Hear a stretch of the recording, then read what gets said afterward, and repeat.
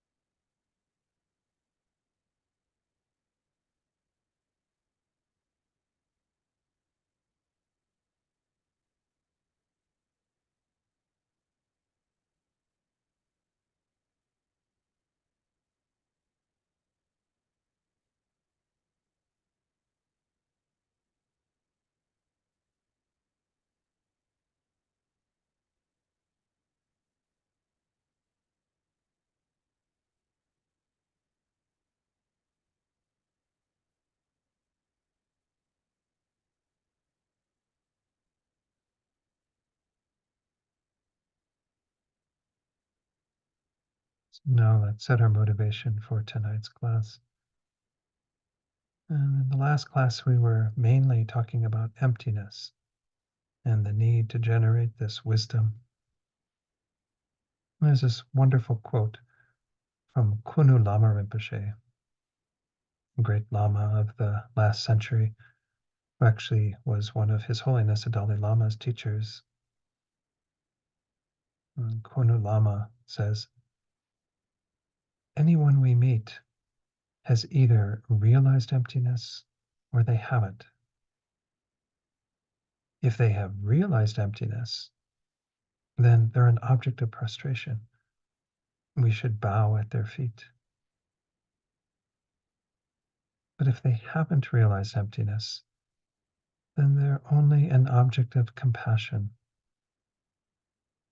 And it's really this simple.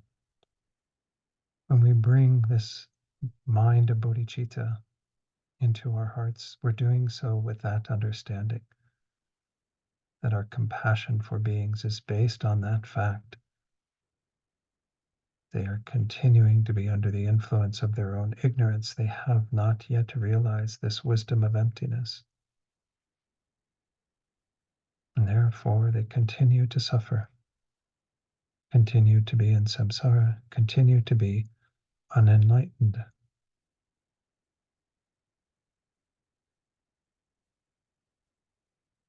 And of course, the response to that, when we recognize that that's the situation that all beings are in, is to dedicate ourselves to doing whatever we can to be able to help them.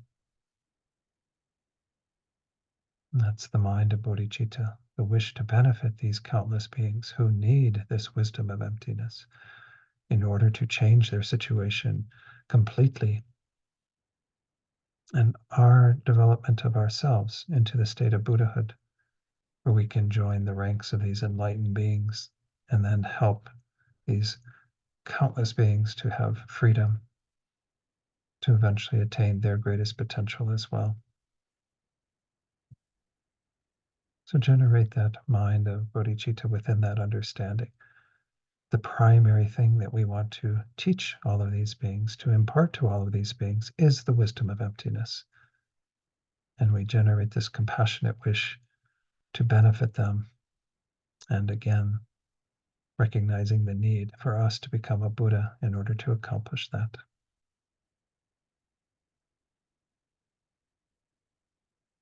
And when you're ready, you can open your eyes fully and we'll begin. So yes, in the last class, we finished up that section. Recall that we're in this portion of the text that's all about the advice primarily for householders, for lay practitioners like ourselves. And we were in like the 8th topic of 9 different topics, and this had to do with kind of abandoning desire. It started off with desire for someone else's partner, essentially.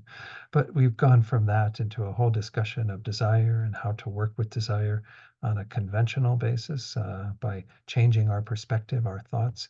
But then, of course, how do we, eventually uproot desire, eliminate desire through our wisdom realizing emptiness. So we're still in that section that has to do with, again, this phrase of the eschewal of desire, the elimination of desire. And we're looking now at a portion of the text where we go into kind of more of the peripheral subjects that fill in that. So there's a few more topics to be discussed here before we leave this section behind and go on to the next major section. So we're coming up on verse 28, and it says here at the top of the screen, next is a verse which parenthetically praises wisdom and morality. These are, again, we just finished talking about wisdom, especially the wisdom realizing emptiness, and morality has been a major theme throughout this whole text, because this, again, is something we all can practice and we all need to practice. So again, this is the kind of second topic within this talking about the eschewal, the elimination of desire. So the following verse of praise is expressed in order to generate respect for the mind which has the just explained correct view as its object. In a sense, it's like in my the meditation, we talked about Kunu Lama Rinpoche saying that these beings who have realized this correct view are worthy of our praise. They are objects of our prostration because of the great wisdom that they have developed in their minds. So, this verse 28 speaks to those people. Though of high family, handsome features, and much learning, a person is not worthy of honor if they lack wisdom and morality. Thus, one who possesses these two qualities, even though lacking in others, lacking in other qualities that we might normally value in our culture, should be venerated. So, as it says there, persons from eminent families, handsome in physique, and who possess learning gained from scriptures covering a wide range of subjects, but who are, however, lacking in the two qualities of wisdom, which realizes the true nature of reality, again, that we discussed last week, and morality, which refrains from wrongdoing, are unworthy of honor and respect because they do not possess the qualities of a noble person. So, by implication, those who we do respect and honor are those who have wisdom and morality, who have that sweet scent of morality, as it's often described, who uphold virtuous conduct in all three doors. Though Lama's Geshe Sopa in his book says this primarily refers to refraining from non virtue of body and speech. But obviously, there must be some taming of the mind behind that as well. Then it says there, on the other hand, anyone possessing the two qualities of wisdom and morality, again, the wisdom realizing emptiness and good control over one's behavior, should be honored and venerated, though perhaps lacking in other qualities of high birth, handsome features, and such, because they possess the true qualities of a noble person. A moral person does not engage in non-virtue, and a wise person does undertake virtue, right? So there's kind of the idea of your morality is primarily here being talked about as avoiding non-virtue. Again, the non-virtues of body and speech primarily. And then our wisdom only undertakes virtue. Once we have that wisdom realizing emptiness, then there's all the fuel that we need to practice virtue only and to not engage in any non-virtue.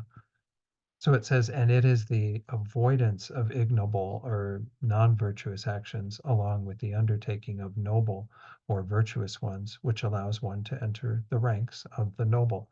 By the noble here, we're talking about, again, this term Arya in Sanskrit that gets translated frequently as noble. Like in the Four Noble Truths, these are really the word that's there in the Sanskrit is Arya for noble. Noble means usually we talk about that as nobility, which is kind of a, I don't know, antiquated phrase to some degree in our culture. Um, but the essentially we're talking about those as beings who are worthy of our praise and our honor, having that noble status because they have directly realized emptiness. So this is again who we're talking about primarily here in this verse is to try to um, not uh, not. I mean, it doesn't mean that we can't have some regard for people who have other qualities, but the two main ones that we're really looking at that we should be focusing on is wisdom and morality, because these do indicate a certain level of progress that someone has made and something that is worth our veneration or our praise. Okay, so then we have the third section in this part, turning back from worldly dharmas. And there's always these nice little explanations that explain the transition from that previous section to this new one, the new verse. The Arya path, this path of the noble ones, will not arise for one who pursues the eight worldly dharmas. Thus, the following verse states that one should be indifferent to the eight worldly dharmas in order to dispose oneself to the arising of the Arya path. So I did a little course on the eight worldly dharmas, I think in the winter, December, November, December, somewhere in there, 22. So not that long ago. So I'm not going to talk a whole lot about them, but we have them introduced in verse 29 here. Knower of the world is Nagarjuna's way of talking to his friend, the king that he's addressing this whole poem to. Gain and loss, that's the first pair. Well-being and misery, or comfort and discomfort. Fame and disrepute. Praise and censure or criticism. Again, these are the four pairs that make up the eight worldly dharmas. Be indifferent to these eight worldly dharmas and let them not enter your mind. So again, just to refresh our memory, we'll go through commentary in just a moment, but these eight worldly dharmas are kind of the beginning step of our practicing of the Dharma. They're called eight worldly dharmas because they're what kind of the dharma that most worldly beings live their lives according to, and even ourselves. I'm sure we have our own ways that we struggle with avoiding them to some degree. Remember, Venerable Rabina talked about how she felt like that pair of comfort and discomfort is one of the hardest ones, to really remove ourselves from, right? Because we like things to be comfortable. We want to be in a nice setting with everything pleasing to us and what have you. And we really don't like the opposite. I remember Geshe shared one time when he was asked, because there's one person asked a question about being around people who smoke, because I'm a former smoker many, many years ago when I was in college and some years out of college, I smoked cigarettes, and I can't believe that I imposed that on so many people by smoking, because at that time you could smoke in offices and do all of that. Now it's like much harder for cigarette smokers to even find a place to smoke. But somebody asked Geshe, they said, Geshe, what do you do if you like sit down somewhere and somebody starts smoking a cigarette next to you, like on a park bench or something? And he says, oh, I move closer. Like, this is kind of that bodhisattva ethic that we don't want to be kind of moving away from discomfort and only towards comfort.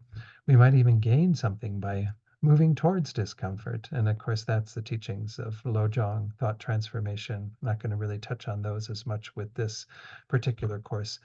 But remember that, again, the problem isn't the comfort or the discomfort or the praise or the blame or criticism or the material gain and material loss.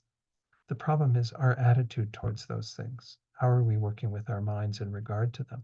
Are we clinging to the comfortable stuff and all the delicious, delightful stuff and not wanting to be parted from it through a mind that is completely attached? Or are we, able to have some distance to it and have those things in our life and enjoy them for the pleasure they bring, but with a completely detached kind of mind that's not getting caught up in all those patterns? So this is what we're looking at in regard to the eight worldly dharmas, is recognizing that as long as we're embodied in this way, we're probably going to have these experiences of something being comfortable, uncomfortable, getting praise, getting criticism, having a good reputation, having a bad one. And we have to not have the attachment that is behind all of this that really makes it for a source of so much pain and difficulty for us in our lives. So again, the king is being addressed in that verse, in that first line, as knower of the world, because of his familiarity with the ways of the world. Then it says to become alternatively pleased and displeased with regard to one, gaining and losing material wealth. That's the first pair. Two, well-being characterized by pleasurable experiences, again, comfort and so on, and misery characterized by painful ones, the uncomfortable experiences. That's the second pair. Third, hearing of one's fame, and then hearing of one's disrepute. Again, we are attached to getting the fame. We are, in a sense, attached to not getting the disrepute, and that ends up angering us when we get disrepute, bad reputation. And then the last pair, praise expressed to one's face and scorn spoken in secret. Now, it doesn't necessarily have to be in secret. This is just a way it's being worded here. It's harder, I think, if we get praise or criticism to our face in secret. Maybe we don't even hear about it necessarily. But the idea is that praise and criticism are also something that we revolve around a lot, and we get really bent out of shape when people criticize us. So then it concludes the sentence. It says, these are attitudes typifying the ways of worldly minded persons. Hence, they are termed the eight worldly dharmas. So as to transcend such a worldly nature, one should adopt an attitude of indifference towards these objects and not allow oneself to feel displeasure over loss, over discomfort, over disrepute, criticism, whatever, and pleasure at gain. And again, the other ones that are on that side of the equation. And then he concludes the section saying, it is the attitudes of pleasure towards gain, etc., which constitute the worldly dharmas, not merely the gains in such themselves, right? Because you can have many resources in your life, but you can have very little attachment to them and not get caught up in this attitude of craving them and being preoccupied with them and what have you. then continues, he says, why, since these conditions are experienced by the Aryas as well. They do have comfort and all these other things in their lives, but they don't have the same worldly preoccupation with them. The eight worldly dharmas are thus formulated in the sense of the attitude one adopts, towards them. So again, this is often said to be the beginning of our dharma practice. Dharma means to have at least regard for one's future life and not such a heavy preoccupation with this life. Again, we do have to live this life, and we do have to, eat food and, do all the things that we do to kind of manage things. But we do those with, again, as much detachment as we can, not getting completely engrossed in them, letting them rule our lives. That's just something it's painful to see in ourselves, certainly, but we also see it in many other people in this world, right? Because these are the worldly dharmas. This is the measure of a good life often, right? Oh, they lived a really good life. They went here and went there, did this, did that, had all these various wonderful experiences. And all these various wonderful experiences don't matter. They don't mean much. What matters most is what are we doing with our minds, our behavior, and so on. And that's, again, the emphasis in Buddha Dharma. And that's the Buddha Dharma. The worldly dharmas, again, not so good. I might mention at this time that there is a wonderful book by Lama Zopa Rinpoche that's available through Lama Yeshe Wisdom Archive. It can be downloaded and what have you. I think it's probably still available even in hard copy. That's on the eight worldly concerns. It's called How to Practice Dharma by Lama Zopa. If you're curious about kind of pursuing this subject a little further, then you can use that. Or again, I did a couple of teachings. I don't remember how many there were, but some teachings that are archived at City Garba's website or YouTube site that you can also take a look at those. Okay, so now we're going to move on to the next section. Whoops, there it is. It says it is again, this is kind of a segue into the next verse. It is a widely held belief among the worldly minded that evil committed for the sake of a guru or a Brahmin, etc. Again, a Brahmin's like in this context where it was written, it's like a member of the priestly caste. We've run into this term before, but the idea is it's anybody who is in a position of superiority for us, who, because they are maybe asking us to do something or we're trying to please them, that somehow these actions aren't wrong. So it's a widely held belief that if we do that evil commit, for the sake of a guru, a Brahmin, a superior person, it's not wrongful. Thus, the following verse is stated to reverse an opinion so contrary to the true meaning of the Dharma. And we go to the verse, do not commit evil, not even for the sake of a Brahmin, a bhikshu, deity or guest, father or mother, son, queen or retinue. They will not share any part of its infernal fruition. Now, one thing I might mention on this, it wasn't really talked about in the commentary, even by Geshe Sopa, is that, if someone does ask you to do something that they want done that's non-virtuous, they do accumulate some of that karma. The gist of this verse was saying, like, they don't have to experience the fruition of that, but it is, I mean, that's something we need to keep in mind for ourselves, is that if we ask someone else to do something, like some people maybe, oh, I'm Buddhist, I don't kill pests, but I'm going to call the pest control people who will come in and do it for me. Well, you've asked someone to come and kill creatures in your house. So you collect the same amount of karma as the person who's actually doing that, killing of mice or whatever creatures you have, right?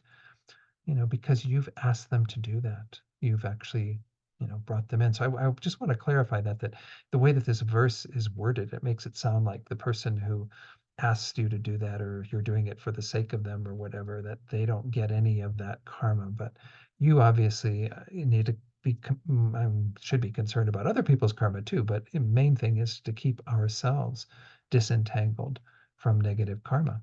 And so if we feel like we can do it for the sake of a guru or the sake of other beings or whatever, all these ones that were mentioned, we do run into some problems that we will still have to experience it, even though others may have even asked us to do these things.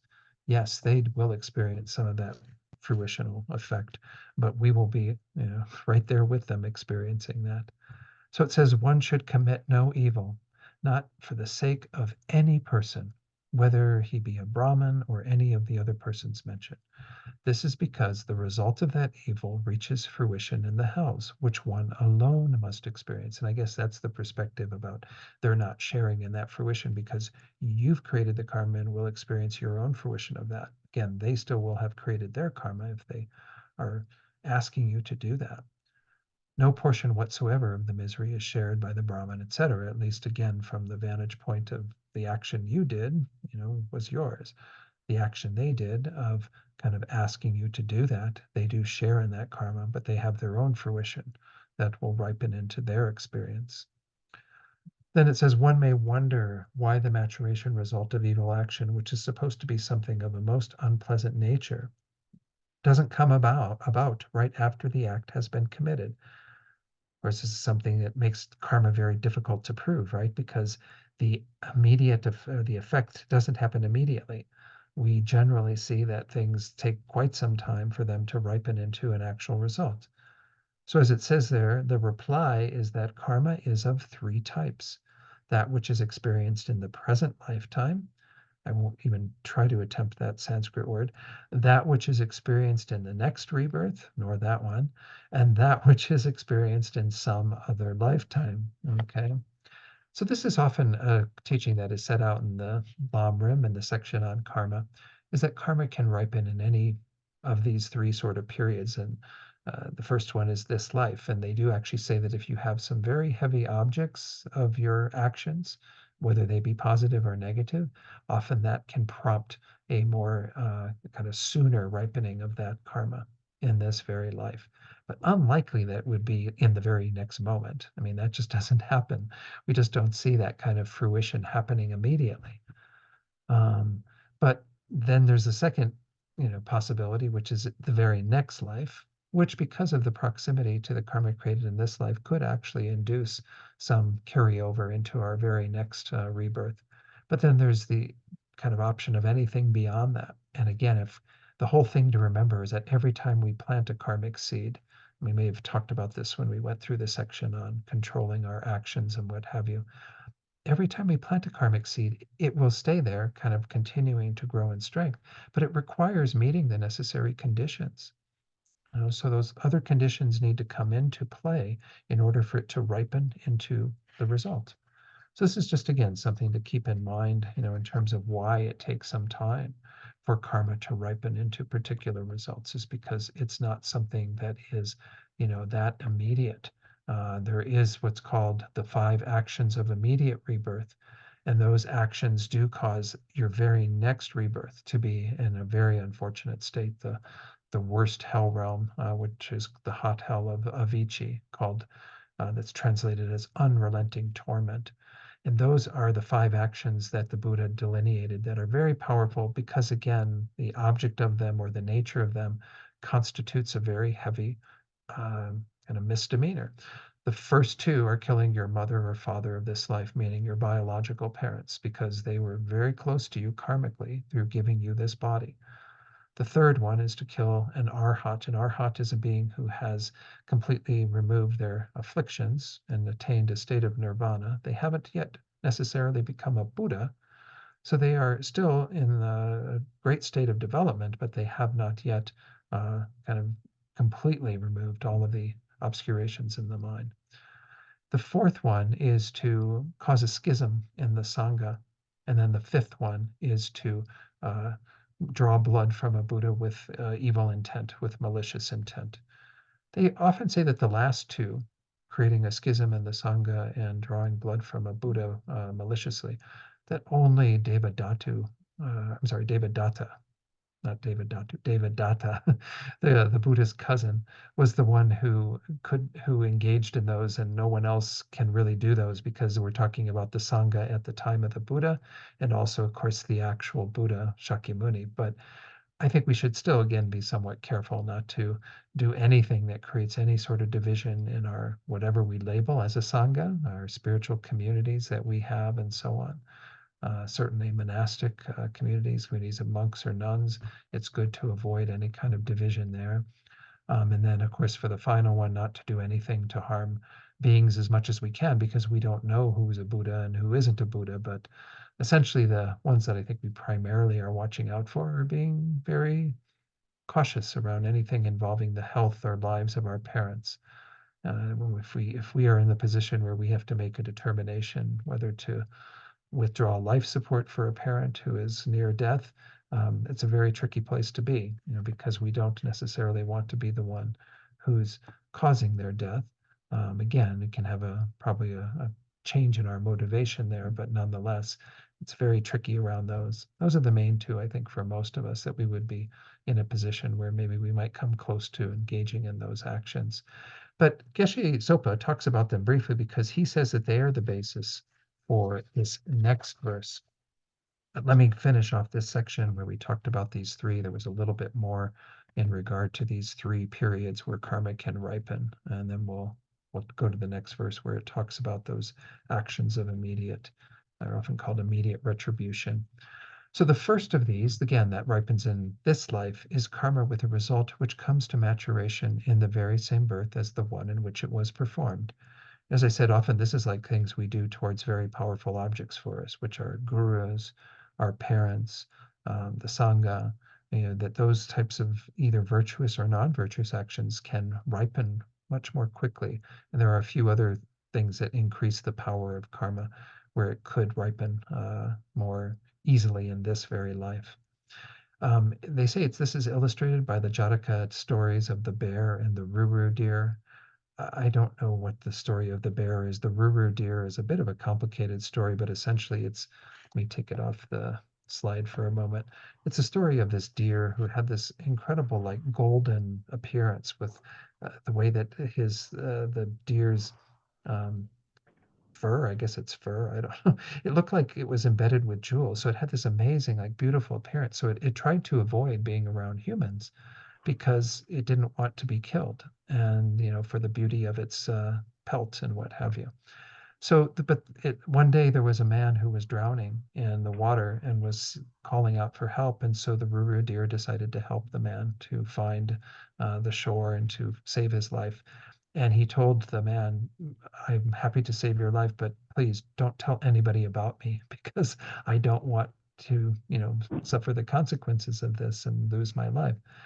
Well, a king in a nearby kingdom, his wife, the queen, had this very auspicious dream about the ruru deer and had this vision of this beautiful deer that looked like it had jewels embedded in it and what have you. And the deer was giving talks on Dharma. By the way, this deer, this ruru deer, is the Buddha as a bodhisattva. I should have told that right at the beginning, but anyway, that's why kind of engaging in such auspicious behavior. So the king puts out a notice to his kingdom saying, I need to find this ruru deer. My wife, the queen, has had this dream, and I want to locate this deer. Well, the man who got rescued by the ruru deer from the drowning in the river came forward and said, I know exactly where the ruru deer is because he was quite poor and there was a reward offered. And so, anyway, he gives up his commitment, his promise to the ruru deer, and actually tells the king where to find him. And they go on this little quest to locate the ruru deer. And the essence of it is that uh, the um, the ruru deer tells the king when they approach that uh, he saved this man's life who has betrayed him essentially, but just kind of puts forward that this is what I have done, and now this man has betrayed me. And the king then decides he's going to kill the man who betrayed the ruru deer. But then the ruru deer steps up and says, no, you have to have mercy on this man as well. And now the king is like totally taken with the ruru deer, like his compassion, his mercy, that he even would have mercy on the person who betrayed him after, having made a promise not to reveal his location and what have you. That's the gist of it. And then the ruru deer, the king takes back to the kingdom and he gives all these wonderful talks on mercy and compassion and everything. A bit of a magical story because obviously we don't have deer like that in our world. But maybe some people can get teachings from deer, but I've never had one, so I don't know. But anyway, that's something that ripened in this life, I guess, through the action of him saving the man and so on, that he actually was saved himself. That's the gist of it, though it wasn't really spelled out that clearly when I read the sutra. Let's go back to the text, talk about the second type of karma, which is the karma that would ripen in the immediately next life. And that's these actions, immediate sins. It says here the second type of is karma coming to maturation in the next life and is exemplified by the karma of the five immediate sins. They're called here again, that's a bit antiquated. But these five negative actions that I just mentioned do result in our very next rebirth being in that again state of incredible suffering. Now again, they can be purified. We've talked about purification before. So don't think that even if you were involved in making a decision about one of your parents' health at the time of their death and might have some karma from that, again, everything can be purified. Ideally, it's best not to be involved in anything pertaining to uh, these five immediate actions, as well as certainly with regard to our parents and their passing. But everything can be purified. So don't think that this means that you have to go to that particular resultant realm at fruitional state immediately after this life. The third is karma which reaches maturation sometime after the birth, immediately following the one in which the karma was performed. So it's like 2 lifetimes out or more. Of these three, karma to be experienced in the next birth provides the context for the next verse. Again, that's the second type. And so that's where Geshe Sopa says this verse talks about particularly the karma we're going to experience in the very next life that often becomes very evident to us as death comes at the end of this life. And again, particularly these actions of immediate retribution. Though no performance of evil karma will cut instantly like a sword, right? We don't have instant karma, even though John Lennon sang about it. um, the result of evil deeds will become apparent when the time of death arrives. Again, especially those things that are going to result in our immediate rebirth in an unfortunate state. So it says here the performance of evil deeds does not cut, that is, produce suffering immediately, as something like a sharp sword does when touched. Nevertheless, one will at the time of death experience varied signs, such as great regret and harassment by Yama's dreadful messengers. Again, Yama is the personification of the Lord of Death and the kind of oversees these lower realms. This being, but it's not really a being, it's just a personification. It's like death's dreadful messengers, which are indications of the result one's evil actions will take. So again, that is said to happen, that at the end of this life, if you do have that misfortune of having committed those actions, that you have those appearances as you're leaving this world, going through the dissolution of the consciousness and what have you, that are very frightening for people, obviously. There's two stanzas from the Bodhicharyavatara. This is Shantideva's text that we've had some quotes from before. Chapter 7 is the chapter on perseverance, joyous effort. So it says, gazing at close ones whose hope is gone, whose eyes are red and swollen from grief as tears streak down their faces, and peering as well at the countenances of Yama's heralds, tormented by recollecting your sins and hearing the sounds of the hells, with the body sullied in its own filth from fear, in total dismay, what will you do then?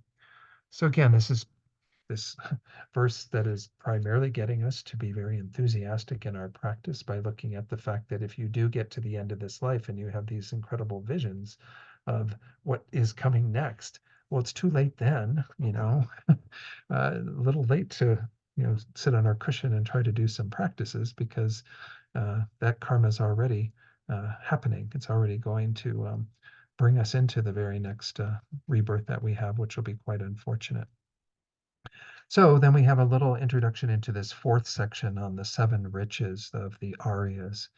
It says here, having thus abandoned the worldly dharmas, that preoccupation with this life and not engaging in any negative actions and so on, so we don't have an immediate repercussion from that. One is directed by the following verse to acquire the qualities possessed by the Aryas. So the Muni, again, this is a term to refer to the Buddha, declared as the seven riches: faith, morality, generosity, and untainted learning. So these first four, I mean, we've touched on faith quite a few classes ago. Morality, obviously, a big topic. Generosity, or I think I hear it was called liberality in some places. And untainted learning. Learning is like the acquisition of knowledge, through your study and so on, as well as the next three, what's called here shamefulness. And I'll give you another term for that in a minute when we get to that. Modesty and wisdom. So those are the last three. Again, wisdom we've certainly seen as well. We saw it in last week's class and the beginning of tonight. Wisdom and morality being singled out is very important. And it says, recognize other riches as common and devoid of meaning. So the other riches that we hear about of a lot of wealth or, you know, precious objects, what have you, all of that is common and really devoid of meaning. The real riches that we want to have in our lives are all in our behavior and mind streams. Faith, as it says there in the commentary, consists of belief in and purity of mind towards the law of karma and its results, the four truths, and the three ratnas or jewels, Buddha, Dharma, and Sangha. Again, we've talked about all these topics before and talked about faith, but faith is the foundation of our practice. From our faith in these, we then aspire to engage in practice, we put effort into the path, and we achieve results. So faith is really quite important, but recall that in Buddhism, faith is not just a blind faith. It's a faith that is grounded in reason, in our own experience of the Buddha's teachings and their validity. Then the second one, morality or shila, consists of the proper undertaking to abandon what is reproachful. Again, we don't need to go into morality. Again, it's been such a major topic throughout this entire text. So I think we'll just move on. The giving of one's possessions, either as an act of veneration or through a desire to be of assistance, constitutes generosity. We've talked about generosity before. We can give our possessions, we can give protection to others, we can give the Dharma. So whatever it is that we do that's of assistance to others, this is an important practice. And again, it's the first of the six perfections of Bodhisattva, followed by morality and patience, um, effort, enthusiasm, and then concentration and wisdom. So again, get repetitions of many of these things in both the Mahayana teachings as well as even in the teachings for those on the Hinayana path. So that was the third one. The fourth of the list of the seven is learning, I guess pronounced probably Shruta, is listening to the holy Dharma, which brings one closer to liberation with the aim of acquiring knowledge and should be untainted by a desire for such things as wealth, honor, or fame. So again, I want to just talk a little bit about learning because it is really important, something that we continually engage in as much as we can, is to not be satisfied with the learning that we have.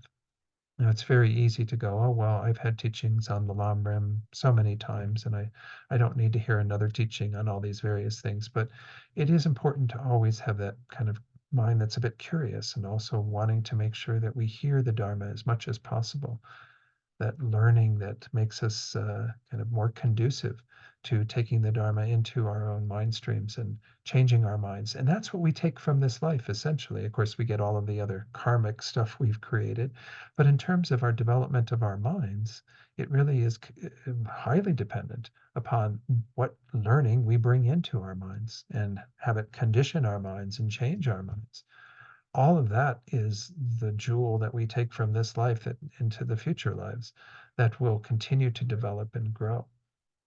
That's why probably many of us, if not all of us, have some attraction towards these teachings, is because in prior lives we were exposed to them, developed some interest in them. Maybe we didn't study and learn them as much as we are in this life, but we planted the seeds, and therefore we have that. We're more conducive to these teachings. When we hear teachings on compassion and loving kindness and emptiness or whatever, it might resonate more deeply for us because of prior learning.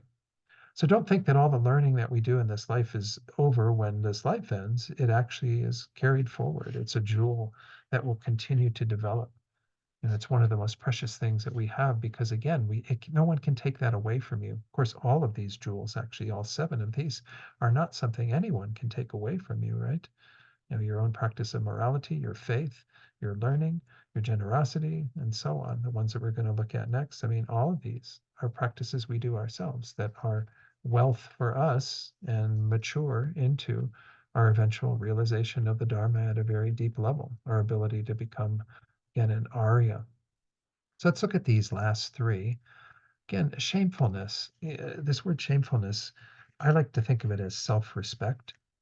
It's the avoiding of anything reproachful for reasons relating to oneself, such as in the thought, it is improper for one such as myself, possessed of learning, morality, and so forth, to commit evil acts.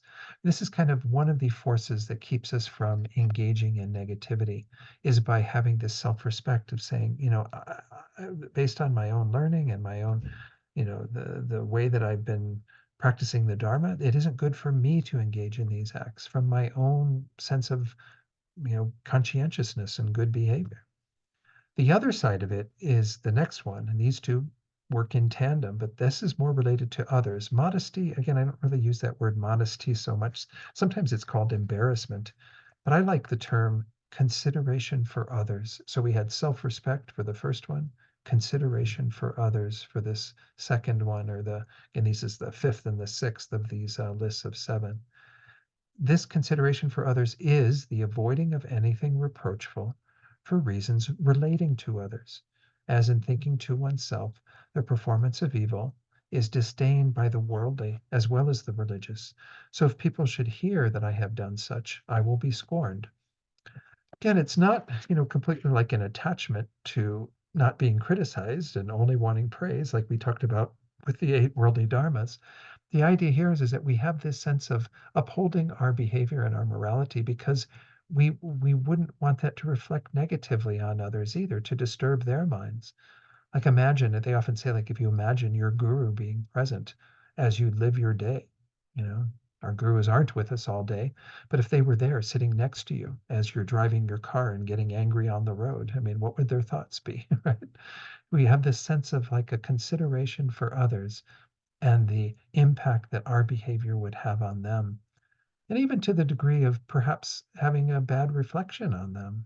I often talk about when I first started teaching the Dharma after studying in Italy and began teaching much more frequently, how I recognized that living here in Santa Fe, I had to be very careful when I was out in public, especially because if I end up getting into an altercation at the Whole Foods parking lot or something with somebody, and then, I'm a real jerk to them, and then they come into the center here. When I was resident teacher, for example, they come into the center and I'm there on the on the throne teaching, and they go, "Oh, there's that jerk, who was in the Whole Foods parking lot. I don't want to study with this guy. What does he know about anything, right?"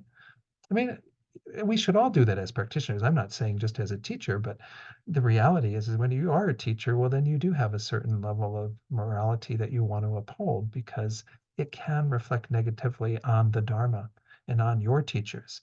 Like, why would anybody want to come study with somebody who can't control their mind to that degree, who is going to get into, some goofy argument in a parking lot or something, right? So I think we all have that to some degree, kind of a wish that we don't offend others through our actions or cause it to look bad for them. And so that's the idea behind these two. Is one is our self-regard, our self-respect, the other is our consideration for others and the role that they've played in our spiritual development that we don't want to go against because we honor that to some, great degree. Wisdom, of course, we talked about wisdom, just went through it last week to great lengths. Prajna in the Sanskrit is the discernment of the general and specific attributes of dharmas. Of course, wisdom can be enlarged to include not just the realization of the nature of things, how things actually exist that we talked about last week, but even when we include other things like the conventional wisdom, it's not a problem. Those two things go hand in hand. We do have to know conventional wisdom, how things work in our conventional world. But the most important level of wisdom that the Aryas possess, again, these beings who have attained a direct insight into emptiness, is that wisdom, knowing the nature of things, knowing that they lack any inherent existence. So then continuing in this next paragraph, because of their rarity, and the fact that they produce transcendent bliss, the Muni declared these virtues, these seven, to be the seven riches of the Aryas. Gold and other such ordinary riches are neither so rare nor functional as causes for quelling the mental afflictions. Thus, one should realize that they are meaningless, like chaff, hollow and empty, right? So this is the whole point of calling these riches, is that they are very precious and they are actually something that enriches us at the deepest level. Whereas, even if you have loads of money and, houses all around the world and, yachts and private planes and, a zillion and one things that you possess, those riches are pretty much meaningless. You might be able to use some of them to produce some virtue if you have that thought and that intention, but they often simply become, as we saw with the eight worldly dharmas, just objects of attachment for us and that we feel like we need and we don't want to let go of. The reality is we're going to have to let go of all of that at one point or another in this life, certainly at the end of this life, if not before. So these seven riches are kind of important for us to kind of contemplate and look at our own lives and see to what degree do we cultivate them. Well, now we get that wonderful word of eschewing again in the fifth topic here, eschewing hindrances to the riches of the Arya. So what are the things that are obstacles to cultivating these seven? It having been stated that one should accumulate the riches of the Aryas, the following verses express to illustrate the means for preventing their waste. So some things are singled out in here, six actually, actions that we might do, but I think we have to enlarge on this in our modern culture. It says gambling, joining in crowds, idleness, kind of laziness, and evil company, liquor, and going about at night lead to the lower states and loss of reputation. Abandon these six activities. Again, this was in the time of Nagarjuna and, what, about 2000 years ago, so we obviously live in a different culture with different things that we could get caught up in. And we just need to enlarge our definition of these things that are potentially obstacles to cultivating these riches. Gambling, such as playing dice, etc. Again, don't think that, oh, because I don't gamble, I don't have to worry about things, because we might get preoccupied with a lot of other stuff in our culture. Joining in large crowds of people as for entertainment, well, we still have that in our culture, right? Like, huge concerts and stadiums and what have you, or even just smaller concerts where we're, with a number of people, or shows, comedy shows. I don't know. There's a zillion things that we might go to that are for entertainment.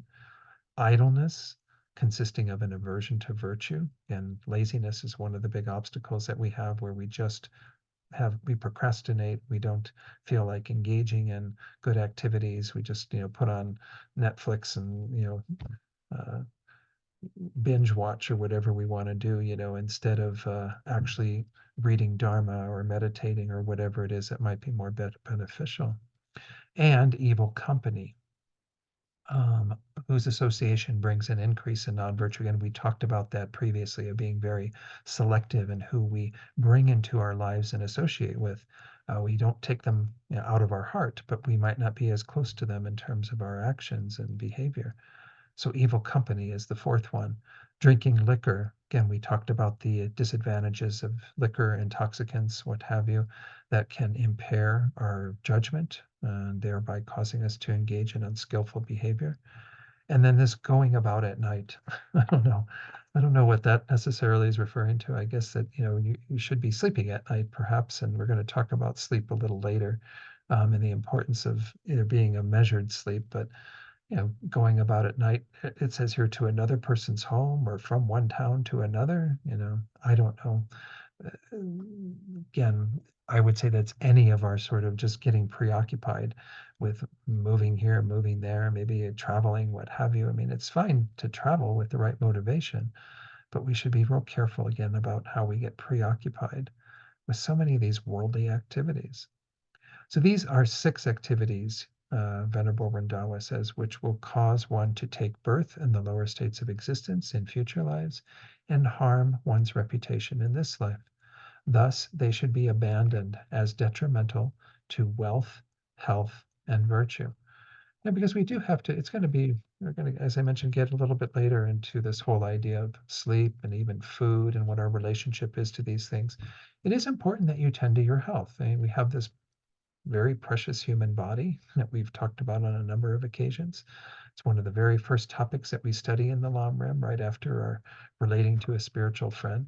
We have to be mindful of caring for this body and making sure that we don't abuse it. And maybe again, that's part of that going about at night, just being kind of a night owl and not really giving yourself the proper rest that you need then. And then the rest of your day becomes a waste, right? Because you didn't get enough sleep and you can't meditate because when you sit down to meditate, you're falling asleep and you can't even, read because that, it's very difficult to do with a cloudy, foggy mind. So again, tend to your body as best as you can and try to avoid the things that might be detrimental to your mental health, your physical health. That's the essence of this one. But as I said, I think we need to think larger, just like when we went through those 24-hour precepts, how even though it says avoid singing, dancing, playing music, I think we also have to enlarge what we consider to be entertainment in our culture that wasn't there at the time of the Buddha. When we take those vows in particular, to make sure that we refrain from those activities. But even when we aren't taking those vows, to make sure that we don't waste a lot of time in those activities. I don't think there's anything wrong with like when we get to a place where we've done what we feel we needed to do for the day and we've had a good amount of virtue, that we've collected, that we can say, okay, now I can rest my mind and replenish through, chilling out and watching, an hour of something or what have you. I don't think there's anything wrong with that. Try to do it with good motivation too.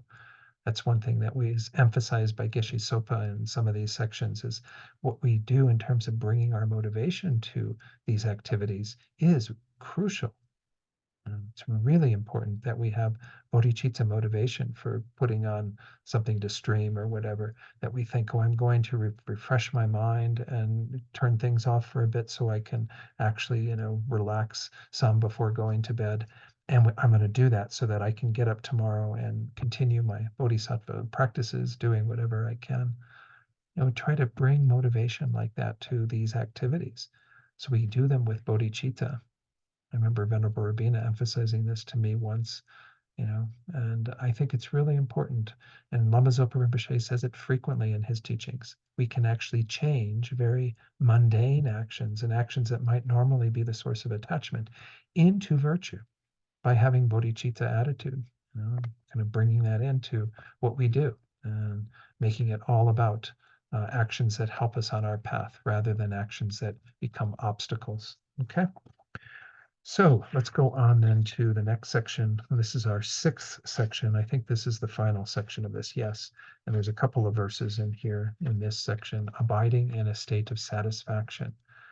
So it says, next is instruction in a very favorable quality, that of maintaining an attitude of satisfaction.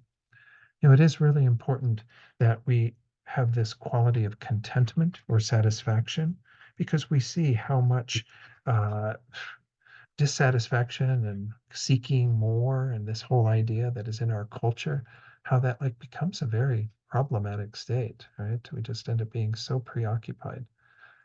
So this is a really nice verse. It actually is quoted, I think, in some of our Lam Rim texts. And the teacher of gods and men, again, that's the Buddha, declared that being satisfied or being content was the greatest of all riches. Remain satisfied always. One knowing satisfaction is truly wealthy, even without material possessions. And if you think about it, the person who is content all the time, they're like the richest person, right? Because they don't require all of these other things to satisfy them. They are content with what they have, content in their own. Again, we're not talking about content in our own spiritual development. That should be something that we continually strive to achieve more, that we continually put more energy into gaining deeper understanding and realizations and so on our path. But with regard to our worldly stuff, contentment goes a long, long way, right? And it allows you to shut off so much of that preoccupation with the acquisition of things and trying to always seek more. And again, our whole culture is based on that. All the advertising that comes out of all of our corporations and everything is all about, oh, get the new model of this, I don't know what they're up to in the iPhone now. Is it like 14 or 15 or whatever, a new model every year or two that's like the new improved with additional features, and everyone's just continually discontent with what they have, looking for the next thing to satisfy them, but it never satisfies, right? They use that phrase, it's like drinking salt water to quench your thirst. You just keep on this cycle of being discontented, dissatisfied. So the commentary from Venerable Randawa on that page says the teacher of gods and men, the Buddha Bhagawan, declared that of all the various riches of gold and the like, the very best was an attitude of satisfaction, whose nature consists of not savoring past experiences of wealth, not longing for such wealth in the future, and not being attached to it in the present, right? So in the three times, we don't look at past things, we don't look at future acquisitions, we are even content with what we have in the moment, not being attached to it, not being kind of caught up in it, kind of entangled with it. There's a sutra that states, he who remains willing to give while lacking even a morsel of food is called a man of great wealth by those with right vision. So again, that is often what stems from contentment, is that then we are quite fine with letting go of what we have through acts of generosity, being able to, give to others, even though we might not have very much. I might mention the little story. I think I've said this to some of you before. My partner Patrick, he worked in the office of the FPMT when it was up in Taos, and Eloise knows that time as well because she was coming to some of the teachings that were there and what have you. Not sure if anyone else, maybe Laura, I think Laura was, but anyway, some of the other folks involved with the group up in Taos. And my partner worked at the office there, and there were, at that time, Venerable Rabina's Liberation Prison Project was working out of that office. She had moved down to Taos as well. This is, I'm guessing, around 2001, maybe, right in that time frame. And there was this nun who worked for Venerable Rabina, and he would sometimes feel bad for her because she was always talking about how she didn't have anything, but he would give her money, and then she would go, "Oh, good, we can afford to buy some more books for the Liberation Prison Project now." I mean, he was really intending it to go to her to relieve some of her needs, to help her out, but she was always thinking about, oh, giving it to the project, giving it to the prisoners. So, I mean, I think it's a wonderful quality to have where when we receive something, we feel quite content in our own situation, regardless of how others might perceive it. They might look at us and say, God, you don't have much at all. I really want to help you. But to have that mind that's really liberal with what we receive and wanting it to go elsewhere. We talked about this prior to, how money is really just this flow. It's meant to be kind of flowing. Money is, if it's kind of stops flowing, it becomes stagnant and becomes a problem. We have to keep everything kind of flowing through. When we receive money, try to do what we can to rechannel it back into the things that we want to benefit and help and so on. Not let it just become something where we end up hoarding things. Again, and that's this whole mind of contentment and satisfaction. Anyone who's contented and satisfied is not going to hoard, right? Therefore, always maintain an attitude of satisfaction. For if one does, one will be truly wealthy, even though lacking any material riches such as gold and the like. The reason one is wealthy is that one is able to remain satisfied. Satisfied with meager food, satisfied with, poor accommodation, satisfied with whatever, because we're not having that mind of discontentment. So now we go to the next section with the next verse within this section about abiding in a state of satisfaction. It says here, the merits of satisfaction having been thus described, the following verse is stated to indicate the detriments of being dissatisfied, kind of rub our nose a little bit in it so that we know, that we should be avoiding that mind of continually craving more and not being satisfied. Gentle sir, again, he's addressing the king here, those having few desires lack the misery of those with many possessions. However many the heads of the foremost Nagas, just so is the misery obtained from them. So we're going to get an explanation of that, but essentially talking about the Naga kings who are renowned for having had quite a number of heads. They have so many heads that actually becomes a source of dissatisfaction for them because they're constantly looking for jewels to adorn their heads and what have you. So that's kind of like this overabundance of dissatisfaction that we are looking to always appease. So here it says the king is addressed as gentle sir because he is a person with whom it is pleasant to associate. The misery of many possessions, such as gold and so forth, is stated, again in Shantideva's text, the Buddhacharyavatara, in the following way. From the misery of accumulating, guarding, and losing it, wealth should be known as endless misfortune.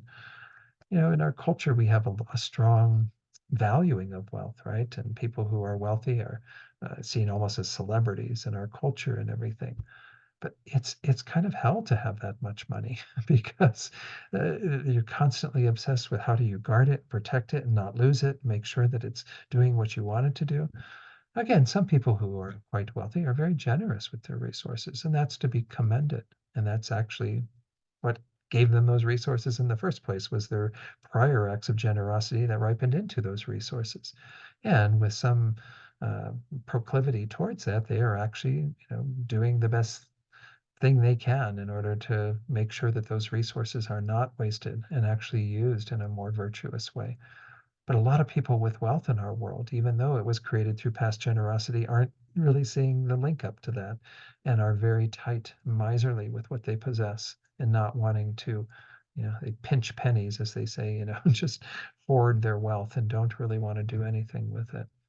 Again, the example that's going to be shared next has to do with these Naga kings that have these many, many heads. It's kind of a sign of their um, uh, you know, their status in the Naga world. The Nagas, by the way, are these beings that are said to be kind of half serpent, half human in a sense, but they're considered in the animal class. And they do have kind of some good fortune, but they also have a lot of obstacles within their karma. Um, they have some control over the environment. Oftentimes, in Buddhist cultures, they make offerings to the Nagas as a way of appeasing these beings so that they don't cause harm to our environment and what have you. So he says here, it is like, for example, the foremost of the Nagas, the Naga kings, who experience a degree of misery equal to the number of their heads. It can be otherwise explained that the Naga kings possess as many crown jewels as they do heads. Hence, the greater the number of crown jewels, the greater is the misery in having to safeguard them, right? Because the more heads you have that you need to get a crown of jewels and adorn with all this beautiful, precious jewelry and everything, the more you have to watch out for, then you've got more things to tend to. It's kind of a nice analogy for it in many ways. A lot of people who are rich are kind of like multi-headed nagas, I suppose, that having so many things to tend to and be aware of. Now, we've already covered this next section. This was the 9th section of these 9 pertaining to the practices primarily for lay people, householders. This was covered by Geshe Sopa after he talked about the 7th one, and then we went off into the 8th, which we just concluded. So I'm not going to go through that again. Remember, we talked about that being about taking a proper partner, not necessarily wife, and looking at the qualities that we ideally want to have in someone who we have in that more intimate relationship in our lives. So here we're going on to what in our the way that the commentary was assembled if in this book of translation by Artemis Engel, I think is the one that we're working with here. Can't remember his name at the moment, but I'm pretty sure it's Artemis Engel. It says here, chapter 5, or to 3, I'm sorry, instructions to both householders and those departed from the home life. So again, householders and ordained folks who have left the home life concerning the pursuance of higher state and supreme beatitude. Again, higher states are the one of the results the Buddha gave us advice and teachings to attain. That's the higher states of humans and gods and so on. Primarily humans is the one we emphasize, but then also what they use the translation here of supreme beatitude. I often hear it uh, translated as definite goodness. These are the results of liberation and enlightenment, the more lasting states of, or entirely lasting states of well being, unlike getting a good rebirth. Okay, so in this chapter, there are 3 sections dealing with the following subjects. First, the practice of the Dharma common to both goals, to both getting a higher rebirth and attaining a more definite state of well being, of liberation and enlightenment. 2, the practice of the Dharma devoted to that higher goal, supreme beatitude in particular. And 3, the advisability of making full use of the human body. It's where he gets into the teachings on, this precious human rebirth and what have you. So the Dharma common to both goals of a good rebirth and more lasting peace. The first of the 6 points in this section is regulating the quantity of one's food properly. I mentioned this just a short while ago, that this is an important aspect of our practice. You might not think this is so relevant. Maybe you might think it's more relevant to our health than it is to our Dharma practice, but it's actually relevant to both. In order to further one towards the attainment of samadhi, samadhi is a meditative stabilization, they're called here composure, the following preparatory exercises are presented. 2 things are of critical importance for the practice of meditation: regulating the amount of food one eats and avoiding excessive sleep. The next verse is stated in regard to the former. So we're going to first talk about food, and then we're going to go to talk about sleep. All right, so verse 38. Food should be taken properly, as though it were medicine, without desire or hatred, not for conceit, arrogance, or robustness, but only to maintain the body. This is the idea that, again, food is medicinal in nature, essentially. I mean, we've gotten in our culture to a place where food is like this huge obsession for a lot of people, right? You even have that term of foodies, right? Foodies are people who like really are into food and various ways of preparing it and making it all delicious with adding different ingredients and what have you. We all make food to some degree to our liking, where it's tasty and we can enjoy it. But the idea is really, I mean, food is to sustain this body. You know, that's the essence of it. That's sort of the bottom line, is that we should be eating to sustain this body, to make sure that we can use this body well. The Buddha himself, as Prince Siddhartha, when he left the palace and started practicing with these meditation masters, there was a period towards the end of that, the 6 years or so he spent in that on that path, where he was engaging in ascetic practices, starving his body. There are these Tanka paintings of like the Buddha with the emaciated body with the ribs showing through and everything. I mean, really kind of creepy pictures in a sense. And he found that this was not a path. It's always the middle way, right? So we don't go to this extreme of asceticism where we just like totally negate the needs of the body, nor do we go to this excess that is where we overindulge and we make the body very incapable of being used. And we might even have that experience sometimes in our lives already. You maybe go out for a meal and come back and you're a bit full from the food and the dessert and whatever, however many courses, and then you sit down to meditate and it's just the body's too heavy and the mind is just not as sharp as it would be. When you're on meditation retreat in particular, it said it's very good to be judicious in your meals, to not eat so much and to eat food that complements what you're doing in meditation, rather than just pretending you're on vacation and just enjoying this after that and what have you. So let's go to the advice that's given in this section by Venerable Rendawa in his commentary. Medicine taken as a cure for illness will benefit when taken in the proper amount, that is, neither in excessive nor insufficient quantities. Again, the overindulgence or the sort of ascetic underindulgence. Just so should food be eaten as a remedy for the affliction of hunger, with good judgment, so as to avoid taking too much or too little, and find that middle way. Food should, in addition, be eaten without motivations of desire or hatred.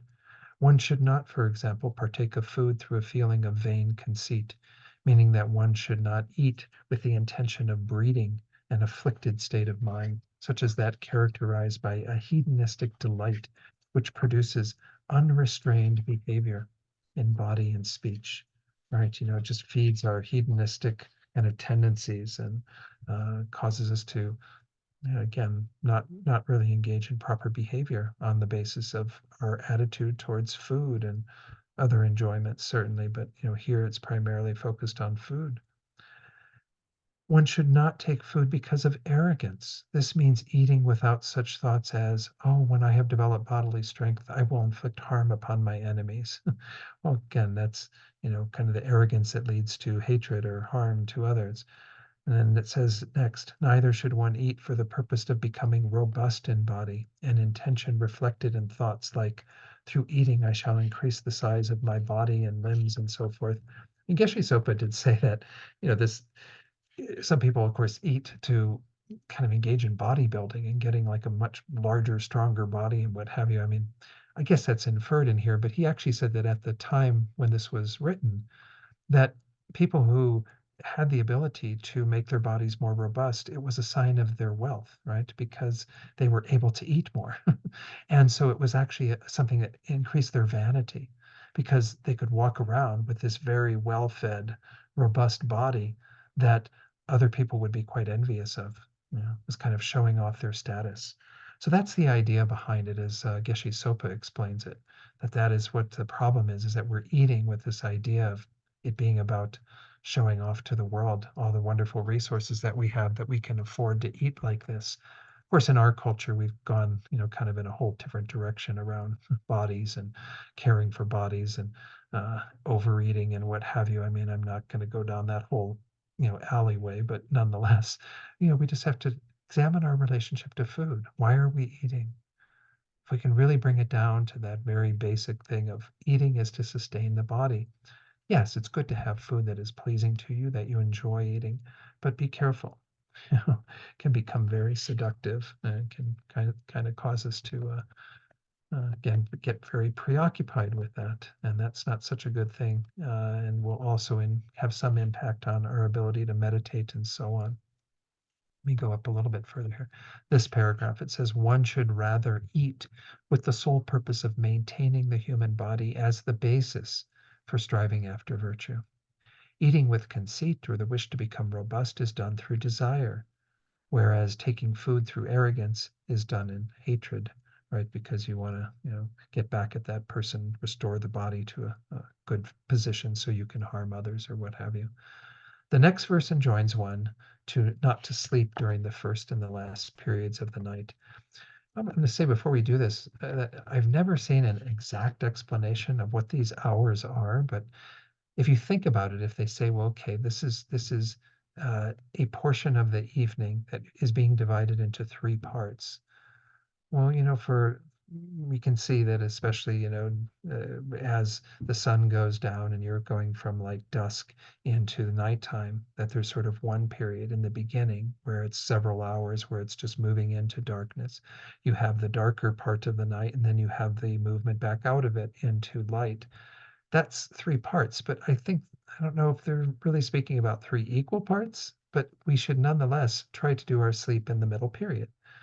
Don't go to bed too early. Use the evening to engage in virtue as best as you can. Certain practices, again, that we can do in the evening, purification practices. We can read Dharma. We can now even watch videos of Dharma teachings and what have you. Go to teachings like we're doing tonight. And then there's the middle part of the night when it is good to turn the lights off, get your rest, and to make your rest again be somewhat in moderation, not get too little sleep, because again, that's not good for the body. In the position that we're in, you might be a highly developed being like Lama Zopa Rinpoche, who didn't require sleep, and that's not some place that we're at right now. I'm not certainly there. But then, of course, don't sleep too late. Don't get, have this idea of like, I'm just going to sleep till I get up. We should have an intention to get up at a place where we can make use of those hours before everyone's up in the house, before we kind of get busy with our other activities of the day, to make good use of that time as well. That's the idea behind it, is that we think about even the evening or the very early morning as precious time for us to engage in virtue. So sleep should only be that middle period.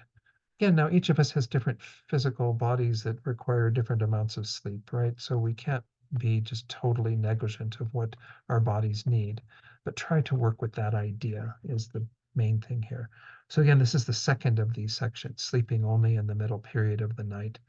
The verse from Nagarjuna says, righteous one, occupy yourself during the entire day and the first and last periods of the night. Then, so that even your time of repose is not fruitless, recline attentively between those two periods. So, even encouraging us to make good use of the time that we are sleeping by generating good motivation and so on. So, let's look at this and then we'll see if there are some questions or comments tonight, because this is as far as I think I can get. this evening. Spend, O righteous one, the entire day and the first and last of the night's 3 periods in activities of a virtuous nature. Then recline during the night's middle period. And so that even the period of sleep might not be fruitless, that is, may not be empty of value, one should recline with a state of mind imbued with recollection and this mindfulness of what we are doing, bringing bodhicitta to mind even as we go to sleep and so on, and vigilance, some introspection that we actually are attentive to. What are the thoughts in our mind as we go into sleep? As reflected in the thought, I shall sleep for a short time. Once my body and mind have become refreshed, I will quickly arise to go and accomplish virtue. In doing this, even sleep, through the strength of one's motivation, becomes a virtue and thereby meaningful. Again, and as was said by Rinpoche and Venerable Rabina, as I mentioned earlier, we can do our sleep with bodhicitta motivation, making our sleep virtuous. The Bhagawan declared, whoops, let me do this. Thought I was up there. Okay, there. During the first period of the night, while engaged in walking or sitting, you should practice ridding the mind of those dharmas which are obscurations. In the middle period of the night, having finished this practice, wash your feet outside the temple building. Again, he was giving this advice primarily to monks who were going in there to sleep. Returning to the temple, lie down on your right side, placing one leg upon the other, and recline with recollection and vigilance in the sleeping lion pose. This is actually the pose that the Buddha at the end of his life got into to be able to pass into nirvana from the life that he led those years with us. To give us all the teachings and so on. This is what he demonstrated at the end of his life, his final teaching, as the way that we should recline even in our everyday sleep, and especially at death. This is said to be a very ideal position to be in, the lion sleeping pose. In the final period of the night, rise promptly and practice while you walk or sit, ridding the mind of dharmas, which are obscurations. So again, trying to keep our mind as clear as possible when we get up in the morning to engage in virtue, feeling refreshed, having actually done what sleep is about. Sleep and food being emphasized here as two of the main things that we use to tend to the body. Not overindulging in sleep, again, unless there are some things going on in our life. If we've been sick and we need more rest for the body, don't feel like you have to be really strict around these things. Do what you feel you need to do to tend to your health. But keep in mind that our main objective in our lives is to use as much of this precious life that we have for virtue, for engaging in activities that will be beneficial into our future lives. So again, this was being given here, and as we recall, this whole section about things that will help us to gain both a higher rebirth as well as these more lasting results that we can attain. So any questions or comments about anything I've talked about tonight? Yes, there's a hand up, Eloise or Adrian. I can't tell whose hand that was. Need to unmute, yes. There we Great. go. Okay. It was me. Okay, good. So going way back earlier in the teaching when you were talking about the negatives of killing one's mother, father, Mhm. and if and you were talking about, if we face the Difficult decision. end of the life, and the Yeah. decision at the end of life, Mhm. just call it pulling the plug, however that actually Mhm. manifests. I don't see that as killing, Yeah. because there are so many people that if you actually do pull the plug, there are people that live for days and weeks and months Mhm. and then finally die. Yeah. I see it more as just allowing it because it's the person whose plug you have pulled. You've been keeping them alive, and it is their death. Mhm. And so if they're ready to, if their death is that imminent and you pull the Mhm. plug and they're gone 30 minutes later, that's Yeah. still their death. And I don't Mhm. see how you've caused it. You've stopped Mhm. keeping them alive, but you have not killed them. Right. Yeah, I think these are tricky things. I'm mostly thinking of a teaching I had some years ago, many years ago, in my early Dharma days. And it was actually from Geshe Michael Roach, who I studied with a little bit out in California, who said to be very, very careful around this issue. Of course, even nowadays we have many more developments that are there to keep people alive, and we know that we're in that situation very often with an elderly person where they're on all these machines and things that just are maintaining the functioning of the body, but are not really of any real benefit. And I mean, I think that where I've come to with all of it myself, and I can't speak as like, I don't have the wisdom and knowledge to know all of the ins and outs of the karmic consequences of any of these actions, is if we have these conversations before we're in that position with our parents or those who are dear to us who are in that state where we can discuss, well, what are your preferences at that time? And if someone even puts together a directive, an advance directive that indicates that they don't want to be have their life maintained by artificial means and blah blah blah blah, well, then it's much clearer then, right? Because they've actually made that decision for us. They've already given us the instruction from their own minds and their own hearts as to what they do want done and not want done. And it becomes a little cleaner in a sense. So this is my big advice that I didn't mention at the time because I figured a question might come up about this.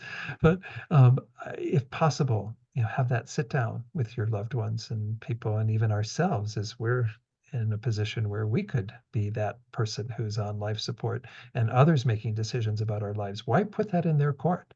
Why not make that decision ourselves or have that other person make that decision for us so that we then aren't even dealing with any kind of that karmic stuff? I don't think you would be because there you are simply following that person's wishes. You are not, you know, engaging in anything from your own side with a desire to. I think when we go back to the act of killing, though, too, do have a good point, Eloise. If went through it, when we talked about the four kind of branches or components of a complete act of killing, one of them is Yeah. the intention to kill. And I mean, that is part of our mental state. And I don't think that we have it at that time, and that can be something that can be very much put aside. We have the intention of simply allowing for things to proceed with that person's whatever. I mean, if we pull the plug and they manage to continue to breathe or, their brain function and everything goes on, well, then that's what it is. I mean, we're not going to be sitting there going, oh, I meant to kill him, but I didn't. I mean, that's not the thought we're going to have, right? If that happens, we're simply, as you said, sort of allowing things to proceed in a more natural way. So I think that we have to, again, temper that advice that I received so many years ago from Geshe Michael with kind of an understanding that there are other elements that can definitely change the karma. And it really wouldn't become a complete act of killing unless we had some intent and some delusion present. That's the other thing is oftentimes when we're doing those sorts of actions, we have a compassionate motivation, right? That we simply are out of our respect for that person and our desire that they not continue to suffer in that life, we make that decision. Now, again, we have to be careful because that's not an end to their suffering completely, obviously, but it can be motivated to a large degree by our wish for them to not suffer. So I think there are some extenuating factors in the karma that we create around this. But nonetheless, as I was saying earlier, I think the cleanest way is to in regard to others who we know that might be approaching that, and we might have to be in that difficult position as the durable power of attorney for healthcare or whatever the case might be, or making a decision with our siblings or other people who are involved in that, that we be as clear as we can based on talking to them about what advice we should be following. And then with regard to others who are in the position of potentially tending to us, to be clear with them and to communicate that up front and say, well, okay, these are the situations where pull the plug, don't keep me alive on the basis of that. Now we do run into a whole other thing nowadays with we just put this through in the legislature, what about a year and a half ago, I think, or I don't know, maybe it's 2 years ago now, of um, the ability to take medication to cause one's own death when one is facing um, difficult ending to this life due to, the exacerbations of the illness that we are experiencing. I can't remember what they call it. Like it's not really called doctor assisted suicide because they're trying to see it as It like is a. assisted, it is assisted suicide, I think. I Yeah, I think think that's they the use term. different terminology for it though to kind of get away from the stigma that suicide has because it also is a very, compassionate decision that one is making for end of life of wanting to be in charge of that process rather than continuing to go through the agony of illness and what have you. So that adds another complication that I don't know. Again, I've never heard any of my teachers talk about that, but I think that gets to be really tricky too. Um, if we're involved in that process to some degree, again, it's still the other person making that decision. So it's not really our karma per se, because we're not the one. And I think they even make that as part of the rule here in New Mexico. You have to even be able to take the medication yourself to be able to get approval to do this. So it is still very much in their court if they want to do that. Again, I can't speak to what the karma of that particular act is. I think it's quite complicated. But if we are in a position where we're facing our own impending death and we're going through a lot of agony and we look at that as an option, I think we do have to maybe do a little more investigation, perhaps consulting with our teachers before really signing up for that. That's a whole nother, again, kind of new thing that people have that option, in some situations. So, and I just wanted to bring that up too, because I know that that is something now that we have that in New Mexico that we should be somewhat aware of and also a little bit cautious about, but kind of respect other people's opinions as much as we can and their wishes as to how they want to go out of this world and to, you know, do our best to do that with a mind of compassion and concern and free of any delusion. So thank you for bringing it up. I knew somebody was going to, like I said, I didn't want to go too deeply into it then, but any other comments, Eloise or Adrian? Wait, I was also, yes, I was thinking, when if you're on the end of the person who is in the coma, okay, so, Uh-huh. um, so if you have constructed a directive that you do not want to be sustained by, machines, Mm, um, in the event that that's all that's sustaining you, right. your Right. body. I mean, that could also be looked up, that's tricky also, because that could be looked upon as, um, I don't wanna be here anymore. Yeah. You know, Yeah. that's tricky too, but it also it's an act of compassion so that you're not putting the decision on the other person. Sure. That's what I But agree with you. that's, Uh, but for your own self and your own karma and making the decision ahead of time, that's tricky as well.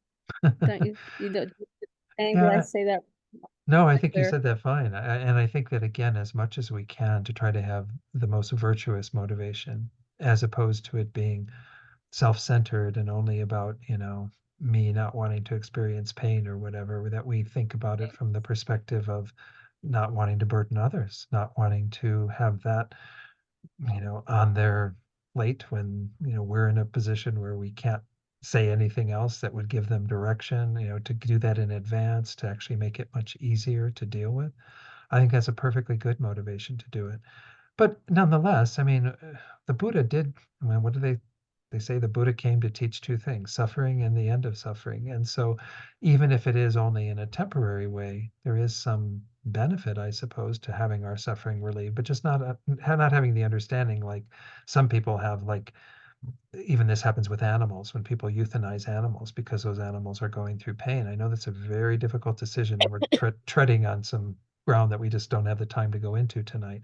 But I think it's very important that we not have this naive perspective that we're ending their suffering by them getting an injection because their suffering goes on into the next life, and we don't know what the next life is. We could be sending them to a hell realm more quickly. I mean, that sounds strange, but that could actually be the case. We don't know. We like to think our little furry friends are all going to end up as human beings like us in the next life, but that may not be their karma. So these are all things that the most important thing, it sounds kind of strange because we use that phrase in the Christian tradition of the road to hell is paved with good intention, but we do have to have good intention. We do have to have good motivation. That's actually what flavors our actions, much more than the actions themselves. So again, if we're going to engage in any of these types of behaviors, try to be very clear of our motivation as to why we want an advance directive, why we want to be involved in other people's care and making that decision, helping them make that decision, or our pets or others who depend on us making decisions about their lives. Just to be very clear what our motivation is, should we do those things. It's really the heart of everything the Buddha taught, right? It starts with our minds, and the actions get flavored on the basis of the thoughts that we have. So it's tricky stuff. There's no clear answers. I wish there was, but uh, anyone else have anything to share? Thank you for those questions. Yeah, Mary Jo, please. And then we really should go for the evening because we're getting quite late. You need to unmute, Mary Jo. Sorry, we're not hearing you. There you go. So I was just wondering if then with people, and maybe there isn't really a black and white answer, but if people then or animals at the end of their life are going through a great deal of suffering, then is it actually possible that that's kind of like burnt out and then they don't have to start their next life wherever that is with a great deal of pain and suffering?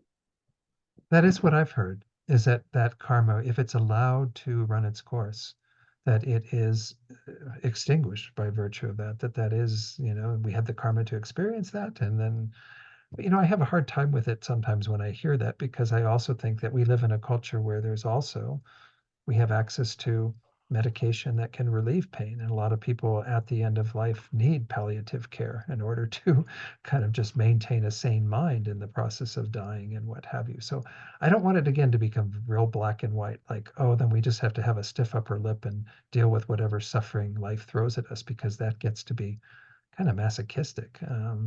At the same time, recognize that there is some benefit to seeing things through to their natural conclusion to some degree. Mm-hmm.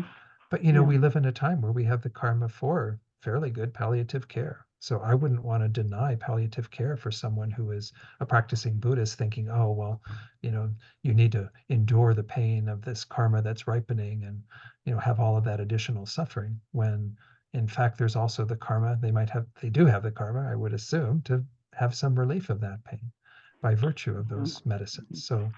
So I think it's, again, a very individual decision, and something we shouldn't feel bad if we have to, use things to relieve our own pain. Then no one would ever no Buddhist would ever take any medication for a headache, or anything going on in the body. I mean, that doesn't make sense. Again, that's, I think, going too far. We want this middle way again, where it's recognizing I don't have to be like completely free of all pain and suffering at this extreme, and I don't want to be just a complete glutton for suffering on the other extreme. Yeah. I find my middle way. Suffering comes into my life. I work with it as best as I can. When I need to have a relief of that suffering because it's a bit more difficult to deal with and becoming an obstacle, then I, go to that relief. Yeah. Well, of course, it's ideal if there can be coherent communication between people, Absolutely. at that end sort of a time. Yeah. Thank you very much. Yeah. And again, I wish I could be even more definitive in some of these answers, but it's just, we're getting into the realm of karma that is not a phenomenon that we can know exactly all of what goes on. But as I have been emphasizing, just as my last comment on this, it really does come down to our minds and the thoughts that we bring to these various actions that we do.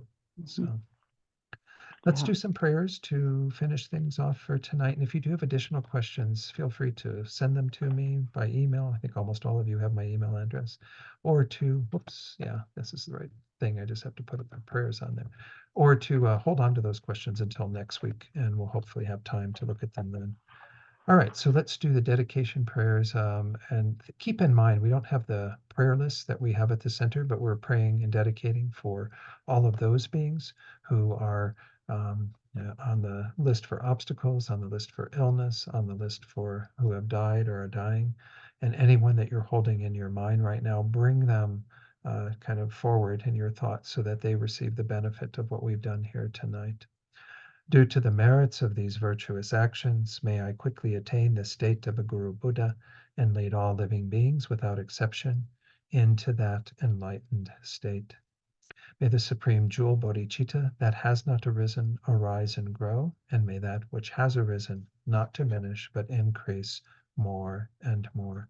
And as we recite the first prayer on the screen for His Holiness, think that we're also creating the causes for the good health, the long lives, and the fulfillment of the wishes of all of our gurus who are with us in this world at this time.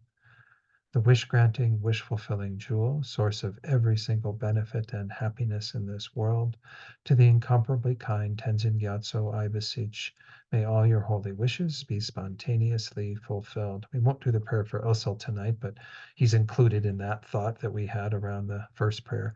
Now for Rinpoche, to make the causes for him to be back in this world with us and others as quickly as possible.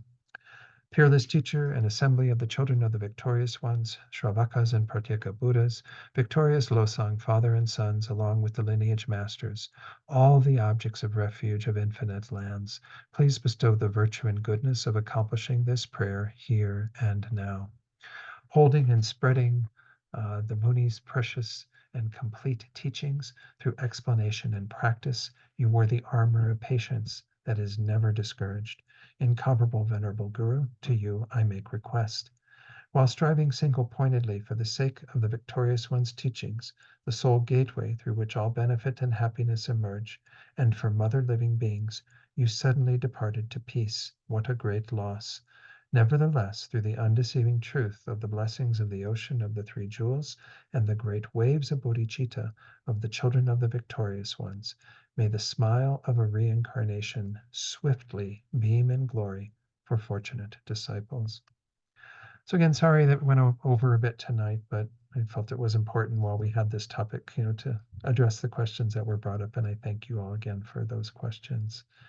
And let's, again, have a good week. Try to work with these teachings as best as you can over the next week. Maybe review them, and if you like to meditate on some of these and try to be aware of them in your daily life, especially those 7 riches of the Aryas that we've covered. I think that's an important teaching.